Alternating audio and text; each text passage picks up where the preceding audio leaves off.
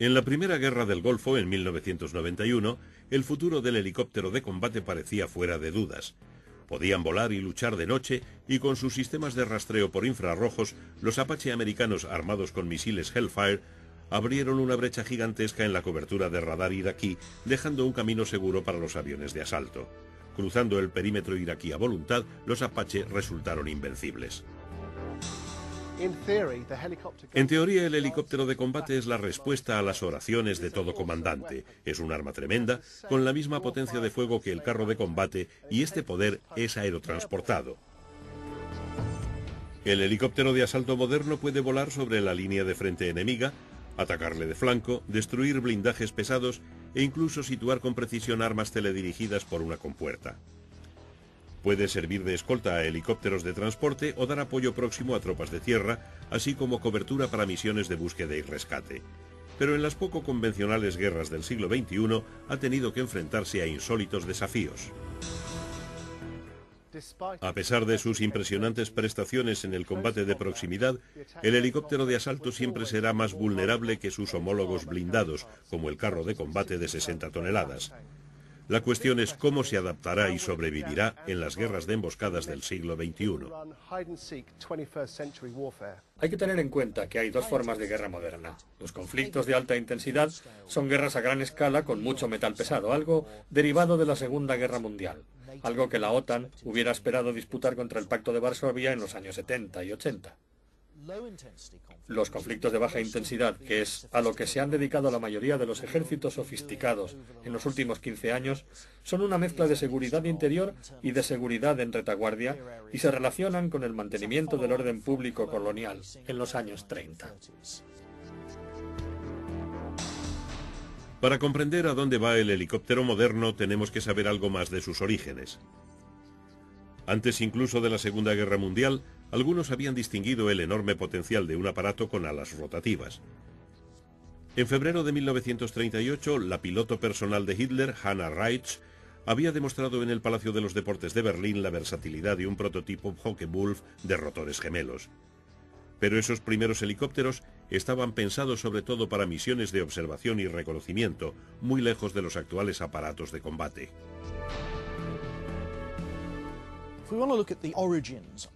Para ver el origen de los helicópteros modernos, hay que remontarse a la Segunda Guerra Mundial. La mayoría de los protagonistas ya jugaba con la idea de los helicópteros y muchos los empleaban en operaciones sin tener mucha idea de lo que estaban haciendo.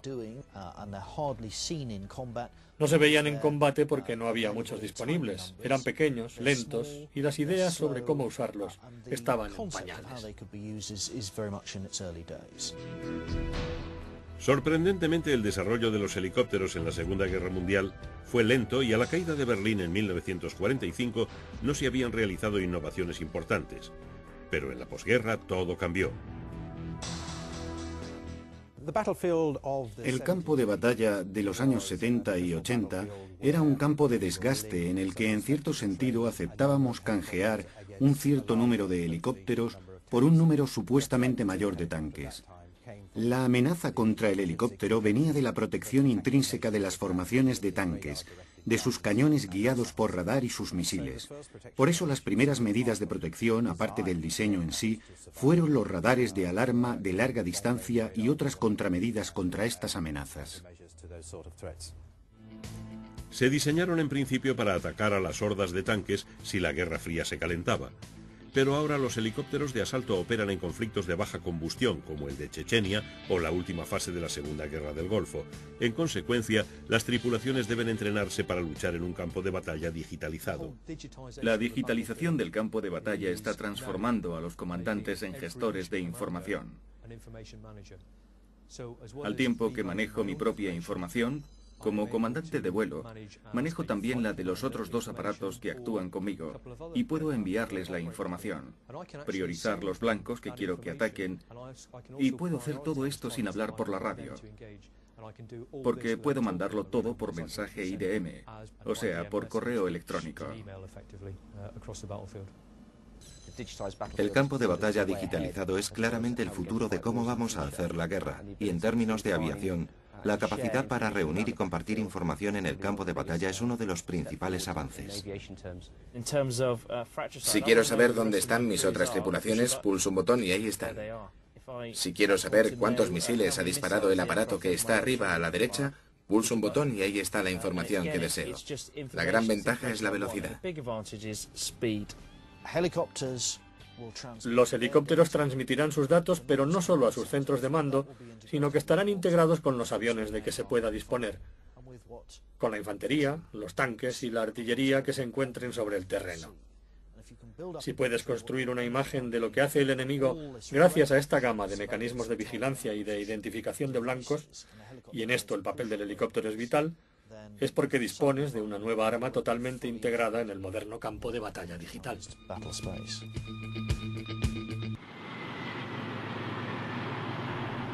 El helicóptero moderno no fue diseñado para conflictos próximos y personales del tipo navajazos en una esquina, de modo que ¿cómo van a adaptarse los constructores de helicópteros de combate a los desafíos del siglo XXI? Manejar la información en la cabina será cada vez más importante, y creo que para la industria el desafío es ofrecer sistemas y posibilidades para que el trabajo en la cabina sea lo más fácil posible. El aparato muestra buenas características de supervivencia enfrentado a sistemas de armas pequeñas. Todos los mecanismos hidráulicos están duplicados y la mayor parte de los de aviónica. Los pilotos están protegidos de la balística por el asiento y el entorno de la cabina. El campo de batalla moderno estaría incompleto sin una sofisticada tecnología de información a bordo. Este plus tecnológico es esencial no solo para reforzar la capacidad de ataque del helicóptero de combate, sino también para protegerlo. Un helicóptero dispone de varias maneras de enfrentarse a las amenazas que se encuentra. La primera y más sencilla es mantenerse alejado. Independientemente de lo tecnológicamente avanzados que estén, los helicópteros siempre se verán amenazados por las armas cortas. Un tipo apoyado contra un árbol con una ametralladora y disparándote de cerca siempre será la mayor amenaza. Todos los helicópteros, incluidos los de asalto, son vulnerables ante un hombre armado con un lanzagranadas RPG o un misil. Y hemos comprendido que debemos desarrollar medios defensivos ante este tipo de armas sencillas. No hay duda de que un piloto de Apache o de Mi-24 preferirá utilizar su máquina al límite de alcance de sus armas respecto a la amenaza, repartir muerte y destrucción y a casita a merendar con las medallas. El sistema defensivo del aparato clasificará los diferentes tipos de radar, desde el que te está buscando hasta el que te ha encontrado, el que te tiene fijado y por último puede decirte que te acaban de soltar un misil. Es un crescendo de información que significa haz algo.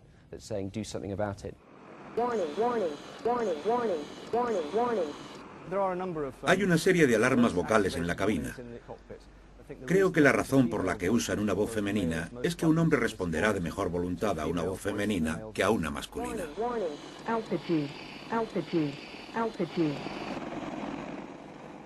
El Apache Longbow es el helicóptero de asalto seleccionado por el ejército británico para el siglo XXI. Es la quinta esencia de los helicópteros de combate. Va equipado con una combinación excepcional de armas, sensores y sistemas de gestión de datos.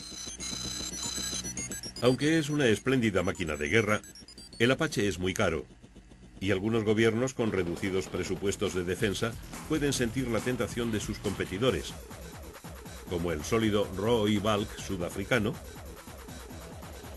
el lustroso Tigre europeo, el versátil Mangosta, la potente serie de los Mi rusos, la gama única de los Kamov y por supuesto el famoso y fogueado Bell Cobra. En la Primera Guerra del Golfo, la mayoría de los blindados fueron destruidos como si estuvieran en una caseta de feria.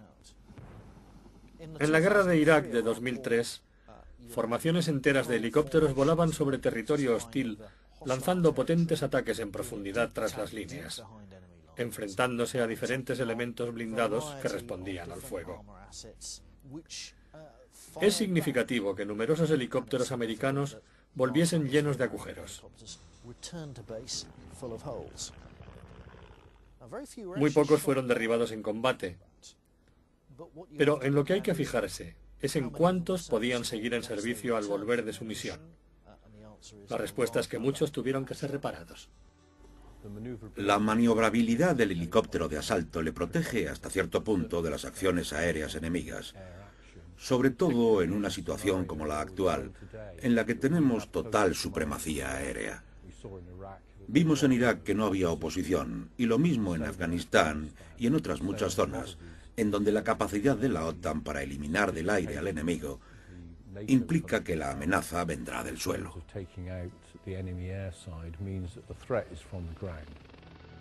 Las reglas de la guerra cambian rápidamente y el helicóptero de combate ha tenido que adaptarse a nuevas maneras de operar. Esto era igual de evidente en los primeros tiempos de los helicópteros de combate. A principios de los años 50, en la guerra de Corea, los equipos médicos que volaban en estos Bell 47 Sioux para recoger heridos se encontraron bajo el fuego. Uno de sus medios de defensa fue disparar carabinas M1 e incluso bazucas por las ventanillas.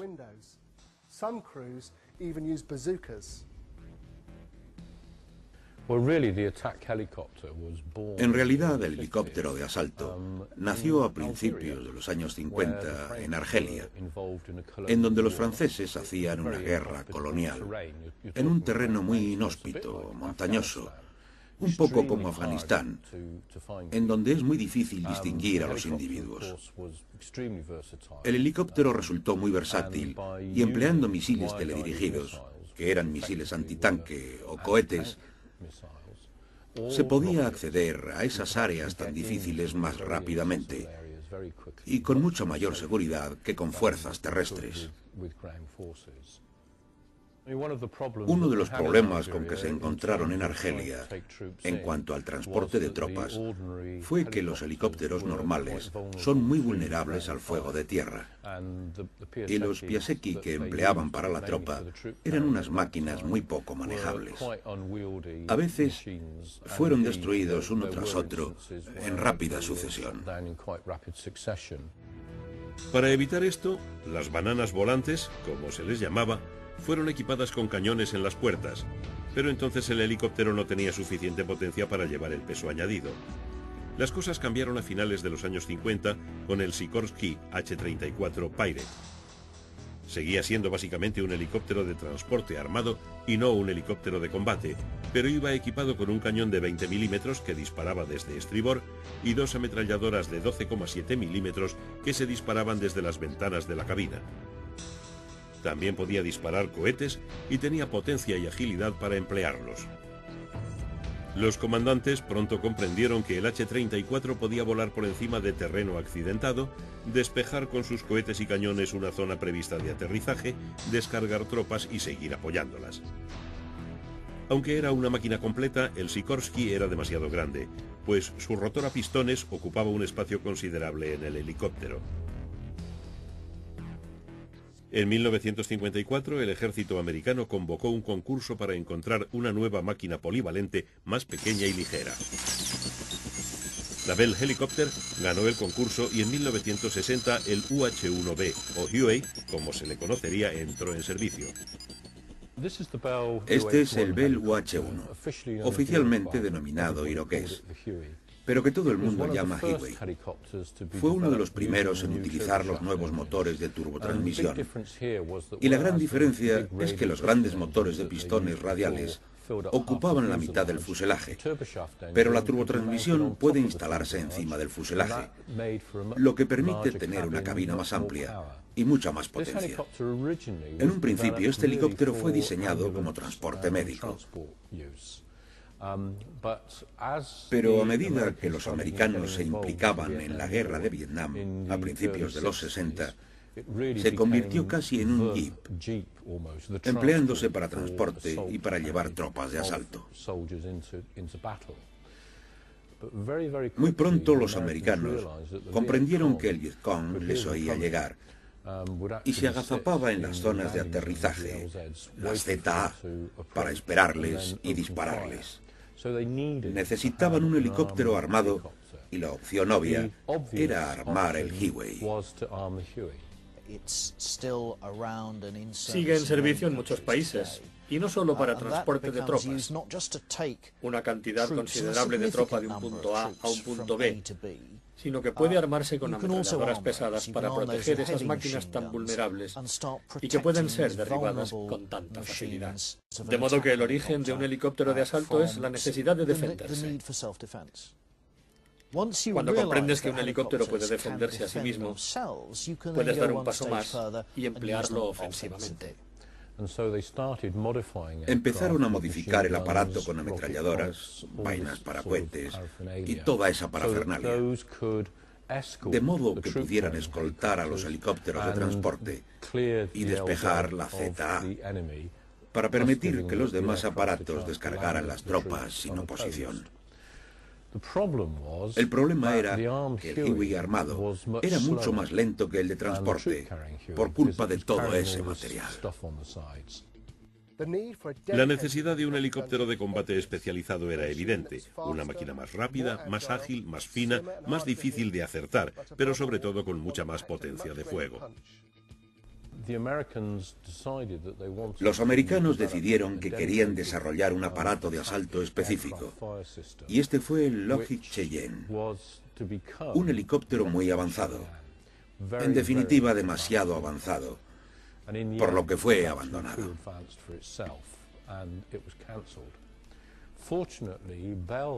Afortunadamente, Bell Helicopter había comprendido que lo que se necesitaba era algo barato y, digamos, jovial, por lo que cogieron el Huey, le quitaron la frontal del fuselaje, conservaron la transmisión y la cola, pero delante pusieron una cabina con dos asientos en tándem y montaron una torreta con un minicañón de tipo Gatling. Podía llevar misiles bajo las aletas, y este fue realmente el primer helicóptero de asalto. El concepto revolucionario de Bell llevó a una leyenda del aire, el Cobra AH-1. Sigue siendo el diseño tipo. Todos los helicópteros de combate modernos se parecen al Cobra de 1965.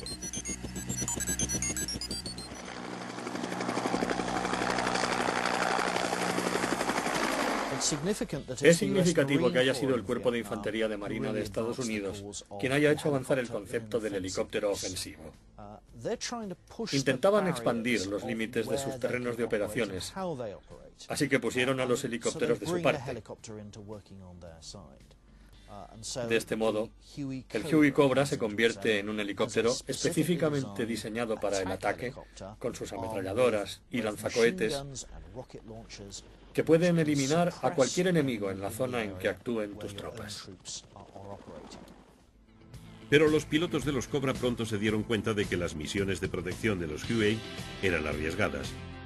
Cuando el fuego antiaéreo del ejército norvietnamita y del Vietcong se hizo más feroz, las bajas también aumentaron. Las fuerzas americanas se enfrentaban a una gama de calibres que iba desde las armas cortas hasta las ametralladoras pesadas soviéticas de 12-7, así como a cañones guiados por radar. De alguna manera estamos revisando esas lecciones en los campos de batalla de Afganistán e Irak, en donde nos amenazan las mismas armas. Cuando aparecieron en Vietnam los tanques y los blindados de transporte rusos, los Estados Unidos tuvieron que buscar una respuesta rápida.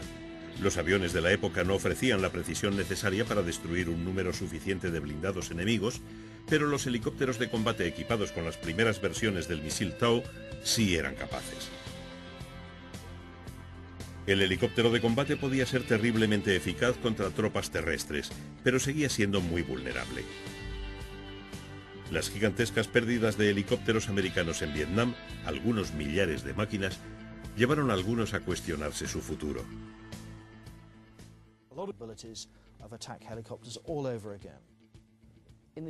En el futuro las normas de combate van a ser aún más estrictas de lo que ya son. La capacidad para detectar, reconocer e identificar blancos antes de emplear el armamento es fundamental. Si tenemos que dar en un blanco o que el FCR nos priorice un blanco, no podríamos dispararle sin identificarlo visualmente. Puedo encontrar el blanco por radar y con un golpe de interruptor orientar la pantalla en la misma dirección. Y puedo hacer que el sistema óptico mire a donde está mirando el misil en su soporte. De modo que si el misil ya ha identificado y está rastreando el blanco, Solo tengo que confirmar lo que ve el misil y dejarlo salir. La potencia de fuego de un helicóptero de asalto moderno es tremenda, únicamente limitada por la capacidad de los sensores en seleccionar el blanco y por las normas de combate más que por el alcance de los misiles. Los helicópteros actuales están dotados de sofisticados medios antimisiles, mecanismos que eran un sueño para los pilotos de los años 70. El Apache es capaz de defenderse contra la última generación de misiles antiaéreos.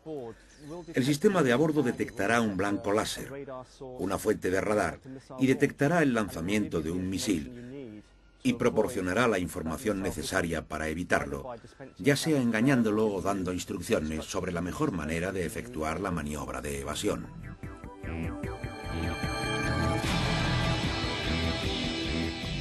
Durante la Guerra Fría, en los años 70, los ejércitos de la OTAN, al ser superados por las divisiones blindadas del Pacto de Varsovia y previendo severísimas bajas o incluso la derrota en caso de estallar la guerra, buscaron la salvación en un nuevo tipo de helicóptero de combate.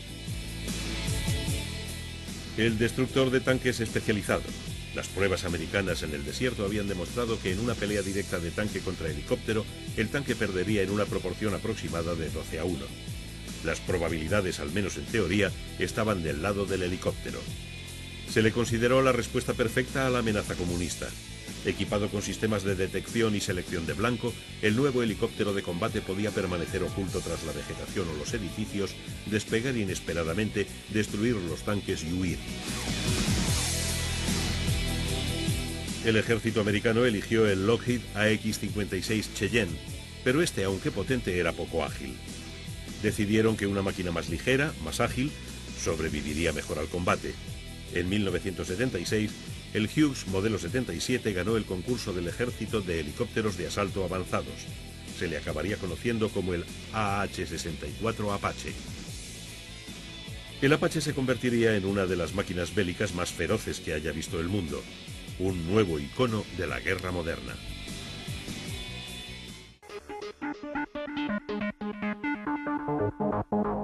Durante la época de la tensión permanente entre Oriente y Occidente, los soviéticos diseñaron algunos helicópteros de asalto asombrosos. Uno de estos insólitos diseños fue el del Kamov Ka-50 Black Shark, conocido por la OTAN como Hawken. Visualmente llamativo, su sistema único de dobles palas invertidas le permitía prescindir del vulnerable rotor de cola.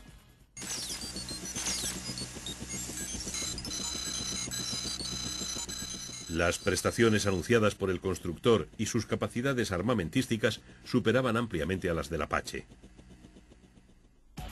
A pesar de que la Guerra Fría nunca se calentó, las continuas mejoras llevaron a los Apache a emplear los nuevos misiles guiados por láser Hellfire con mucho más alcance y poder de destrucción que los radioguiados Tau. La moderna tecnología del misil forzaba el ritmo de cambios de los helicópteros de combate y en ese proceso los hacía más potentes. Los misiles antitanque más modernos son del tipo dispara y olvida. El helicóptero puede lanzarlos y alejarse, dejando que los misiles rastreen y alcancen el blanco mientras el helicóptero permanece a cubierto. El principal sistema de armas del Apache es el sistema de misiles Hellfire. Dos tipos de misiles, uno guiado por láser, otro por radar. El misil RF es de dispara y olvida. Si lo combinamos con el radar, puedo manejar desde el radar de control de fuego toda la información sobre los blancos, incluyendo información vectorial y de movimientos. Puedo introducirla en el misil, dispararlo y volverme a casa. Muchos consideraron que la Primera Guerra del Golfo marcó el apogeo del helicóptero de combate. El mundo miraba asombrado cómo los Apache, de noche, manteniéndose a una distancia segura, destruían los blancos iraquíes con sus salvas de misiles Hellfire.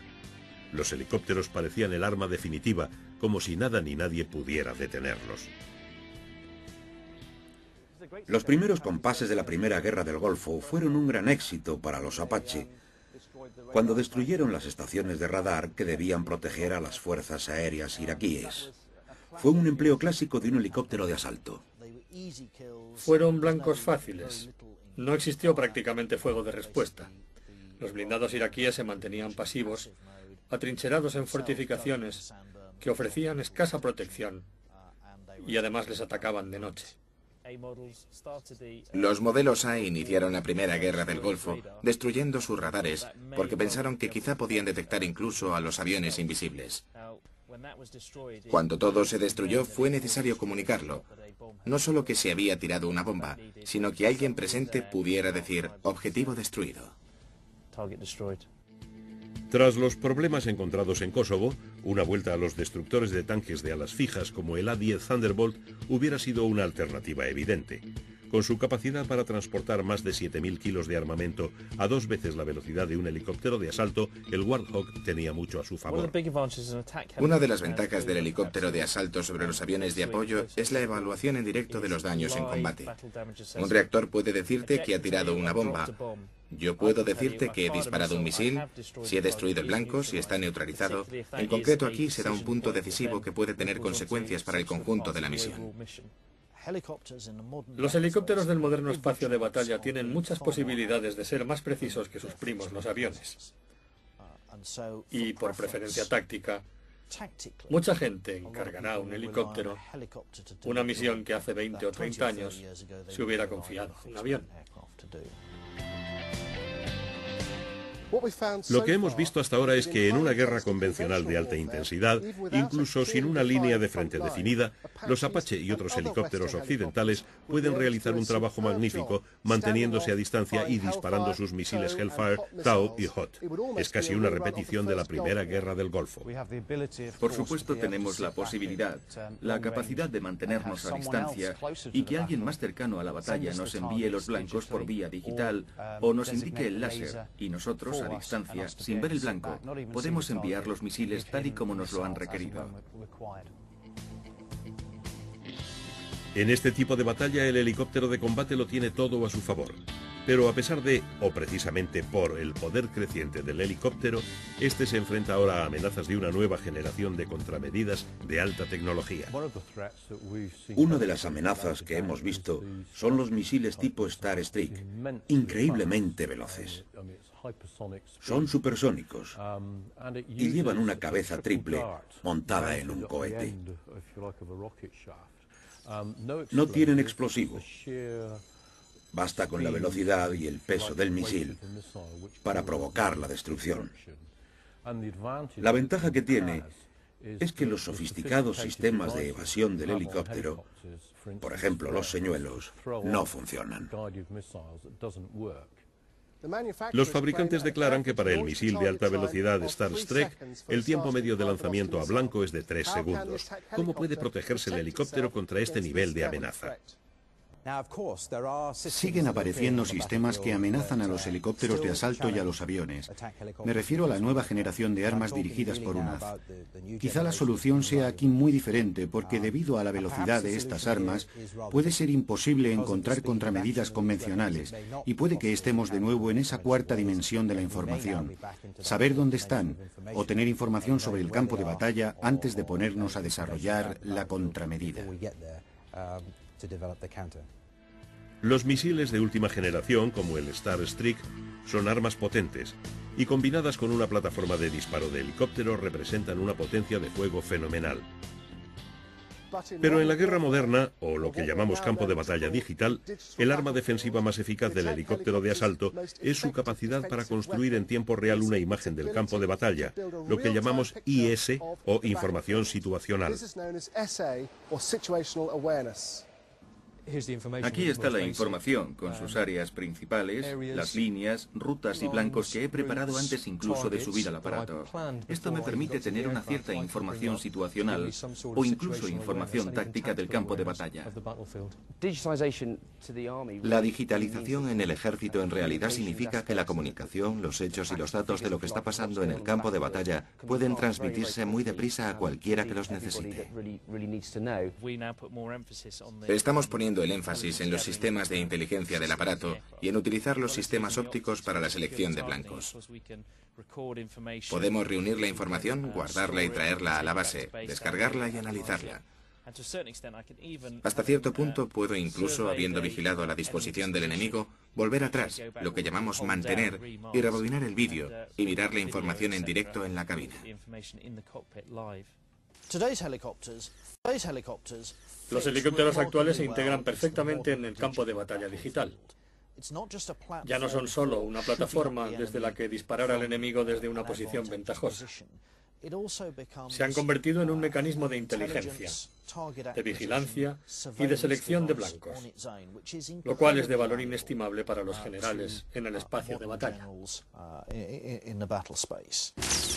La información situacional se ha convertido en el nuevo blindaje y en un futuro previsible los helicópteros de combate tendrán que repeler ataques de un enemigo con poca tecnología, pero resuelto y preparado. Los rusos lo aprendieron todo sobre este tipo de combate en Afganistán. A mediados de los años 60, el diseñador Mikhail L. Mil empezó a crear un nuevo tipo de helicóptero basado en el Mi-8 HIP. Se trataba de un híbrido de combate y transporte.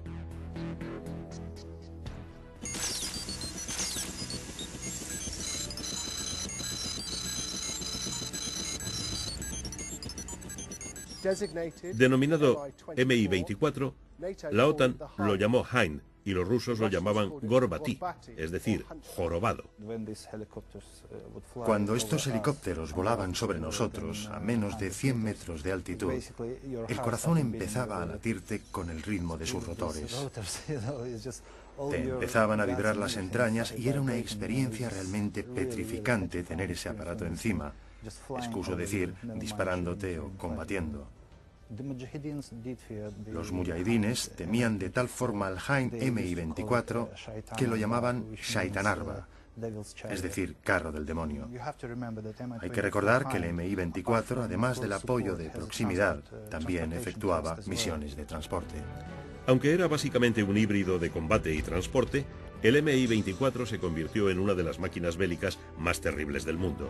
Era grande, feo y extremadamente malvado, y mostró cómo un helicóptero de combate puede recorrer un campo de batalla como un tanque volante, empleando su potencia de fuego para destruir los baluartes enemigos y sus vehículos. Cuando los rusos decidieron desarrollar un helicóptero de asalto, vieron la necesidad de que fuera también un transporte blindado de tropas, que pudiera transportar pequeñas cantidades de tropa detrás de las líneas enemigas, depositarlas en el suelo y defenderlas al mismo tiempo, y además cumplir con misiones antitanque. El Hind fue el resultado. Un helicóptero muy grande, con un cañón de 12,7 milímetros en el morro, misiles antitanque y cohetes. El artillero se sentaba en la cabina frontal y el piloto detrás, pero el helicóptero iba pesadamente blindado, lo cual es una aproximación algo distinta a la de los americanos. Y eso es porque los rusos previeron que tendrían que combatir mucho en campo abierto. Es una experiencia muy desagradable sufrir un ataque en un helicóptero. Una vez vi cómo una bala entraba en el helicóptero, impactaba en el compartimento blindado del motor y caía al suelo a mis pies. Entonces les pregunté a los pilotos qué era aquello, qué tipo de arma podía ser, y al mirarlo dijeron, «Ah, es inglés». Era una bala del Enfield 762, unos rifles muy antiguos, pero que alcanzaban a los helicópteros con suma facilidad. El Hind estuvo a punto de ganar la guerra de Afganistán para los rusos. En mis tiempos de piloto antitanque en los años 70, le teníamos miedo a esa máquina, sin duda. Normalmente porque aparecían a docenas, seguían llegando y eran dificilísimas de derribar. El Mi-24 Hind podía resistir bastantes desperfectos. En una ocasión se encontraron en uno de ellos 56 balas tanto en el cuerpo como en la piel del helicóptero. Podía soportar disparos de 30 milímetros. Y lo interesante es que la mayor parte del daño lo recibían el vientre y la frontal. Pero jamás fue derribado ningún Mi-24 por ser alcanzado en la parte frontal, que era la más resistente.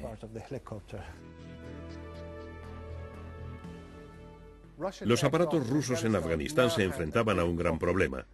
Incluso este monstruo de fuego empezó a sufrir cuando los mujahidines empezaron a disparar misiles Stinger. se precisaban contramedidas drásticas. Además de todos los problemas técnicos que nuestra aviación se encontró en Afganistán, tuvimos otro, los Stinger.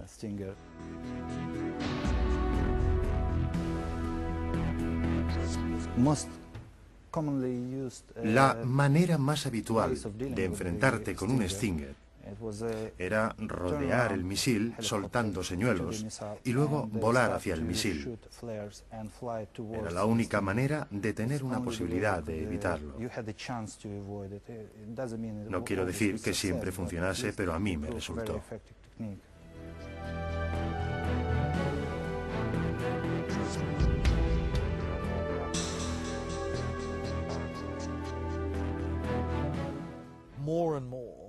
Cada vez más, los ejércitos modernos se ven obligados a operar en condiciones de combate urbano. Y si de manera rutinaria confían en el helicóptero de asalto como parte del sistema de armamento de que disponen, tenemos que superar la idea de que los helicópteros no están adaptados al combate en entornos urbanos.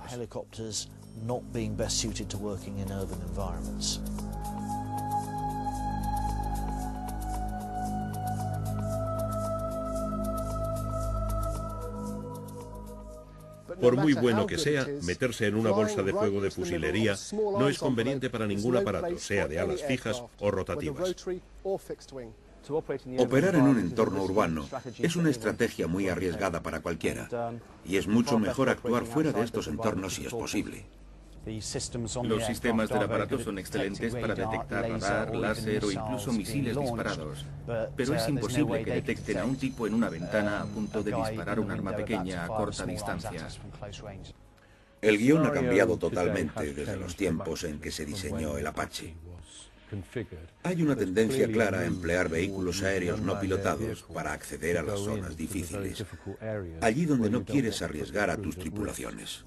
La idea de utilizar UAV, vehículos aéreos no tripulados, ha fascinado a diseñadores y militares desde hace años. Para las misiones de reconocimiento en entornos hostiles, el UAV ofrece posibilidades muy valiosas. Son pequeños, casi indetectables por radar, relativamente baratos de construir y, quizá lo más importante, son sacrificables. Podemos pensar que habrá un momento a corto o medio plazo en el que el UAV trabajará junto al helicóptero de asalto. En este marco, el UAV será manejado probablemente desde el propio helicóptero. Pero esto sería una tarea de pesadilla y será difícil que funcione desde un helicóptero de asalto, porque tiene una tripulación de 2 personas que ya están desbordadas de trabajo. Pero podría darse desde un aparato más anticuado y robusto, desde un Lynx, por ejemplo, o un Black Hawk, en donde se integraría el equipo necesario y el personal extra. Esto proporcionaría al UAV una capacidad sin igual para recorrer el espacio de batalla. La próxima etapa será probablemente disponer de un UAV que trabaje para el aparato y que pueda ir armado, por lo que constituiría un elemento de su propia potencia de fuego. Desde luego hay sitio para los UAV. Puedo vernos trabajando estrechamente con ellos. Sería magnífico que nos indicaran los blancos, siempre que pueda controlarlo y ver lo que él está viendo. Sería fantástico. Creo que lo que vemos en el actual desarrollo del helicóptero de asalto es la posibilidad, al margen de atacar él mismo, de convertirse en un mando de control de aparatos UAV que a su vez van armados.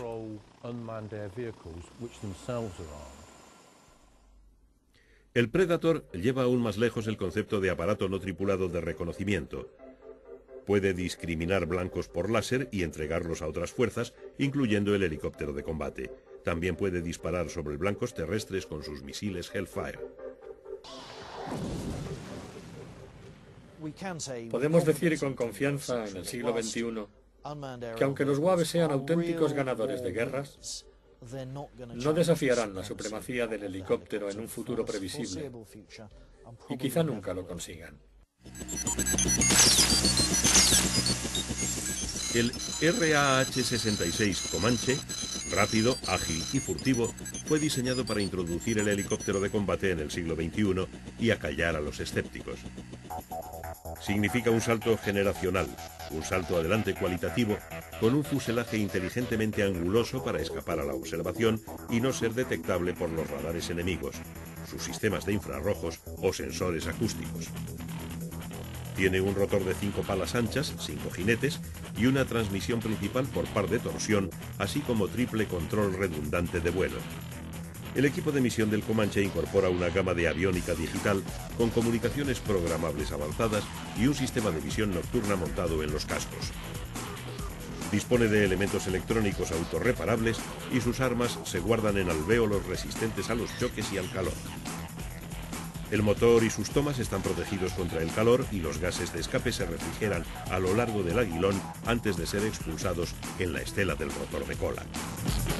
Este refrigera aún más y dispersa los gases, reduciendo la firma calórica del aparato, dificultando mucho su captura por parte de un misil de infrarrojos y, como dice el viejo refrán, sin captura no hay lanzamiento. Pero quizá lo más significativo del Comanche es haber sido diseñado de manera digital desde la misma mesa de diseño. Su sistema de vuelo radiocomputerizado ahorra muchas de las tareas de vuelo a los pilotos, dejándoles las manos libres para luchar con más eficacia.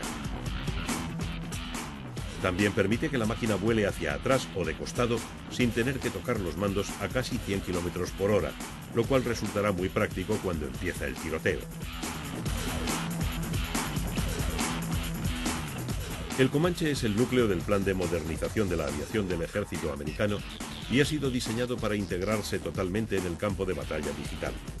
Una gran panorámica digital permite saber en todo momento las posiciones de amigos y enemigos y aproxima el combate moderno a un videojuego. También ciega eficazmente a los enemigos que carecen de esta tecnología, reservando para sí todo el conocimiento, toda la visión y todo el poder. Es un dios del campo de batalla moderno. El Comanche es el indiscutible futuro del helicóptero de combate. La única pregunta que queda es, ¿por qué fue abandonado? El Comanche fue diseñado como explorador digital y su mejor descripción la dan los americanos al decir que sería su quarterback en el campo de batalla digital.